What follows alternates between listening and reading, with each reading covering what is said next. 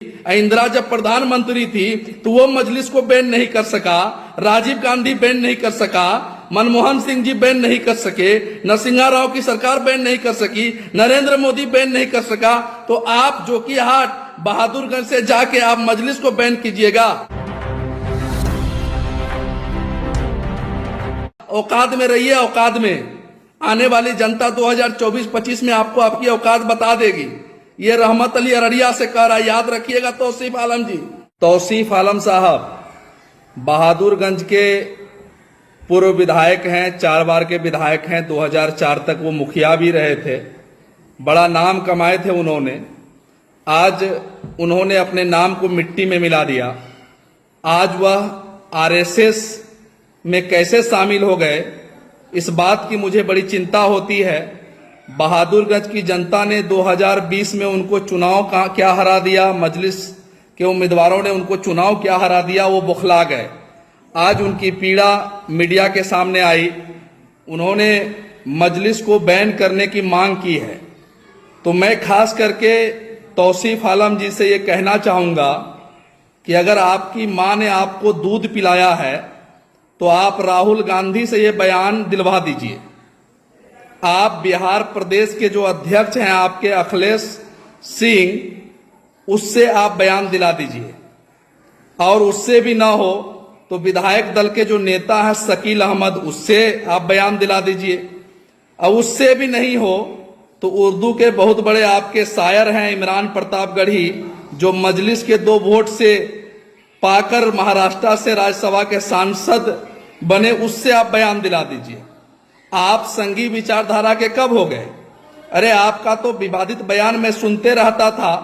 आपने Indian cricket पर सवाल उठाया, आपने इंडियन क्रिकेट के बारे में आपने बात करी और उन पर आपने कहा कि कोई भी बिहार के लोग क्रिकेट नहीं देखेंगे। तो आपकी बात तो कोई सुनता नहीं है, इसीलिए आप बौखला गए हैं।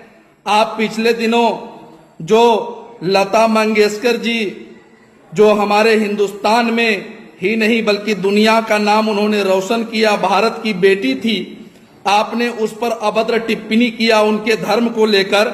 ये किसी से छुपा हुआ नहीं है, आपको पता है। आप सोचते होंगे कि हम आगे बढ़ते जाते हैं, लोग हमको नहीं याद रखते हैं। भाई साहब, आपकी बात को कोई सीरियस नहीं ले रहा है। आप पब्लिसिटी पाने के लिए आप मजलिस के बारे में अनाप शनाप बक रहे हैं। आप राहुल गांधी से बकवाइए ना, अखिलेश सिंह से बकवाइए ना, जिसका बिहार में वजूद है। आपका क्या वजूद है? 4 बार के विधायक रहने के बाद भी आपको कोई पूछता तक नहीं है। इसीलिए उलूल जुलूल बयान देना बंद कीजिए।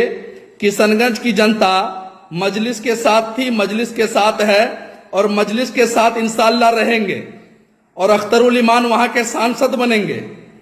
आप जिस तरीके से बयान दिए ना, आपकी शैक्षणिक योग्यता के बारे में जब मैंने पता किया तो आप इज्जत बचाने के लिए फोकानिया बोर्ड से आपने फोकानिया का एग्जाम देके 10वीं का सर्टिफिकेट लिया। जिस समय पढ़ने लिखने का उम्र था उस समय आप गाय चरा रहे थे, उस समय भैंस चरा रहे थे, उस समय बिगड़ेल बच्चों की तरह आप घूम रहे थे। आपको क्या पता है भारत की सियासत? आपको क्या पता है भारत की जमहूरियत? आपको क्या पता है ऑल इंडिया मजलिस इत्तेहादुल मुस्लिमीन की ताकत? आपको पता है दारुस्सलाम गई थी इंदिरा गांधी समर्थन मांगने के लिए।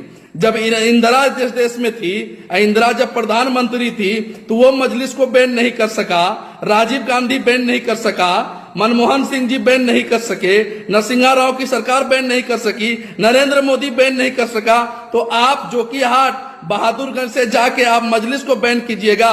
औकात में रहिए, औकात में। आने वाली जनता 2024-25 में आपको आपकी औकात बता देगी।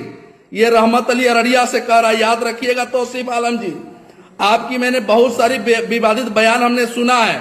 अरे भैया, लड़ रहा है अख्तरुल ईमान साहब, मांग लीजिएगा टिकट, जिससे मांगना होगा लड़ जाइएगा उसके सामने।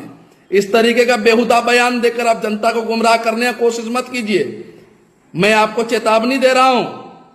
देखिए, बयान दीजिए, कायदे में बयान दीजिए, हमारी पार्टी की तरफ आंख उठाकर देखिए, लेकिन नफरत के निगाह से भी आप देख सकते हैं, आपका अख्तियार है। इसको खत्म करने की बात कीजिएगा तो आपको बर्दाश्त नहीं किया जाएगा, इसका जवाब आपको दिया जाएगा।